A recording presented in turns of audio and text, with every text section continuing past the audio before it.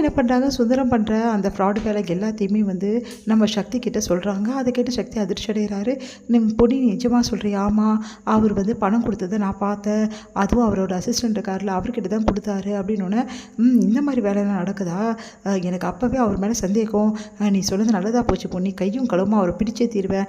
முதல்ல அவன் கூட இருக்கான்ல ஒருத்தன், அவனுக்காக வேலை செய்கிறான்ல ஆஃபீஸில், அவனை வெளுத்து வாங்கினா எல்லாமே நடந்துடும் அப்படின்னு பார்த்து பண்ணுங்க, உங்கள் மாமா மாற்றி சொல்கிற ஆள் அப்படின்னோடனே, நான் பார்த்துக்கிறேன் பொன்னி அப்படின்னு சொல்லிட்டு போகிறாரு.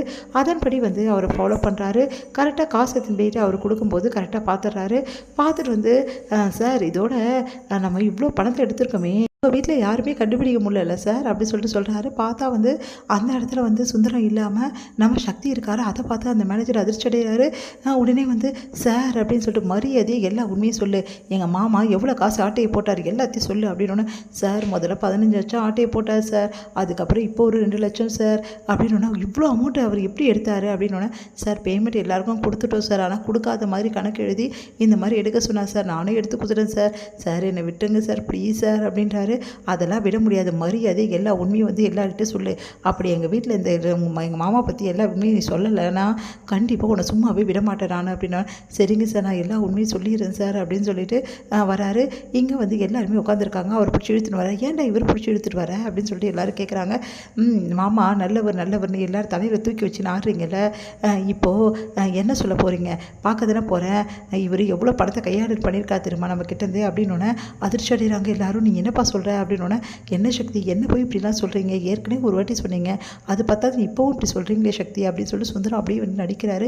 ஓவராக நடிக்காதீங்க மாமா அப்படின்னு சொல்லிட்டு மரியாதை சொல்லியா எல்லா விஷயத்தையும் அப்படின்னோடனே, அவர் இந்த மாதிரி இவ்வளோ பணத்தை கையாட்டு பண்ணான்னு சொல்லிட்டு என்னை சொல்ல சொன்னதே சக்தி தம்பி தான் என்னை இப்படியெல்லாம் சொல்ல சொன்னார் அப்படின்னோன்னா அதிர்ச்சி அடைகிறாங்க எல்லாரும். சரி நீ எல்லாம் ஒரு மனுஷனா, தேவையில்லாமல் என் புருஷன் மேலே இவ்வளோ பழிய போட்டிருக்கியே, எல்லார்கிட்ட சொல்லியே, உன்னை தம்பின்னு சொல்கிறதுக்கு எனக்கு அசிங்கமாக இருக்குடா அப்படின்னு சொல்லிட்டு பவானி சொல்கிறாங்க. இங்கே பாருங்கள் பவானி அக்கா, ஓவராக வந்து டென்ஷன் ஆகாத பொறுத்து நிறுத்து, முதல்ல என்ன நடக்குதுன்னு கேட்காம நீ இஷ்டத்துக்கும் பேசுகிற, இப்படி பண்ணுவேன் நான் நினச்சி கூட பார்க்கல சக்தி, இவ்வளோ கேவலமாக நடந்துக்கிற சொல்லிட்டு அவங்க அம்மா சொல்கிறாங்க. சக்தி இப்படி பண்ணுறானா காரணம் இல்லாமல் இருக்காது, இந்த ஆள் மேலே தான் ஏதோ தப்பு இருக்குது அப்படின்னு சொல்லிட்டு சொல்கிறாரு சந்திரசேகர். நீங்கள் என்னங்க இப்படி சொல்கிறீங்க? அப்போ மாப்பிள்ளை சந்தேகப்படணும் இல்லையோ, ஆனால் சக்தியை நம்பாமல் எப்படி இருக்க முடியும்? சக்தி நம்ம புள்ள அப்படின்னோடனே, நீங்கள் வேணாம் நம்பிக்கைங்க, நாங்களும் மாப்பிள்ளை நம்ப மாட்டோம், ஏன் மாமா இப்படிலாம் பண்ணுறீங்க, என்னை நம்ப மாட்டேங்களா? இல்லை மாப்பிள்ளை அதுக்காக நான் சொல்ல, சக்தி இவ்வளோ தூரம் சொல்கிறேன், சக்தி மாப்பிள்ளைக்கு என் மேலே கோவம், ஏன்னா நான் பொண்ணையை வந்து அந்த மாதிரிலாம் பண்ணல, கையெழுத்துலாம் வாங்கினல, அதுலேருந்தே என் மேலே கோவமாக இருக்காரு, அதனால என் மேலே இந்த மாதிரி பழியை தூக்கி போட பார்க்குறாரு அப்படின்னு சொல்லிட்டு நடிக்கிறாரு. இந்த மாமா இப்படி நடிக்கிறானே அப்படின்னு சொல்லிட்டு பார்த்து டென்ஷனாக இருந்து மேனேஜர் பார்த்து முறைக்கிறாரு. உடனே மேனேஜர் கண்ணை காட்டுறாரு வந்து சுந்தரம் வந்து போ அப்படின்னோடனே, என்னை மன்னிச்சிடுங்க தம்பி, எனக்கு ஒரு வழி இல்லை, உண்மையை சொல்லித்தானே ஆகணும், பாவம் ஒரு மனுஷன் பாதிக்கப்படுறது என்னால் விரும்பல தம்பி, அதான் நான் சொல்கிறேன் அப்படின்னு சொல்லிட்டு அவர் நைஸாக போயிடுறாரு. அதை பார்த்துட்டு என்ன பண்ணுறதுன்னு தெரியாமல் தவிக்கிறாரு. எல்லாருமே வந்து சக்தியை தப்பாக பிடிச்சி திட்டுறாங்க.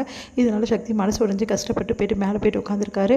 அப்போ வந்து கரெக்டாக அங்கே வராங்க நம்ம பொண்ணி.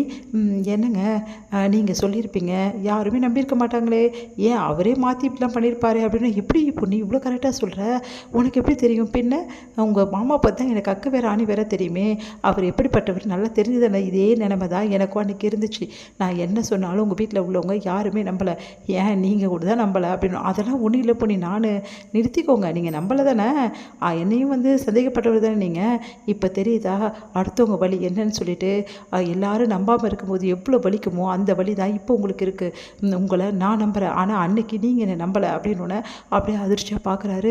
அது வந்து பொண்ணி சாரி பொண்ணி, நீ எவ்வளோ வந்து மனசு கஷ்டப்பட்டிருப்பேன்னு எனக்கு இப்போ தான் பொண்ணி புரியுது, என்னை மன்னிச்சிடு பொண்ணி அப்படின்றாரு. சரி இதுக்கப்புறம் என்ன பண்ண போகிறீங்க? உங்கள் மாமாவை கண்டிப்பாக மாட்ட மாட்டார், உங்கள் மாமா தான் எல்லாத்துக்கும் தப்பிச்சுனதே வராரு அப்படின்னு. இல்லை பொண்ணி, இதுக்கப்புறம் இப்படியே நான் விடவே மாட்டேன், என் மாமா என்ன தப்பு பண்ணியிருந்தாலும் சரி எல்லாத்தையும் நான் நிரூபிப்பேன், இந்த வீட்டில் என் மாமாவோட முகத்திரியை நான் கிழிப்பேன் பொண்ணி அப்படின்னு அப்படியே பார்க்குறாங்க.